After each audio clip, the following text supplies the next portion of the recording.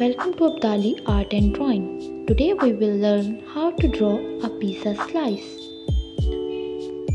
Begin with drawing a curved line.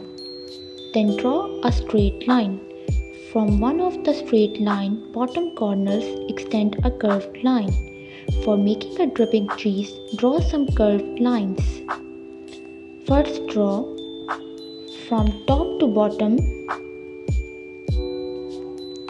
then from bottom to top, and so on. Repeat the first step until you reach the top of the curved line. Then draw a straight line in between the dripping cheese to complete a triangle.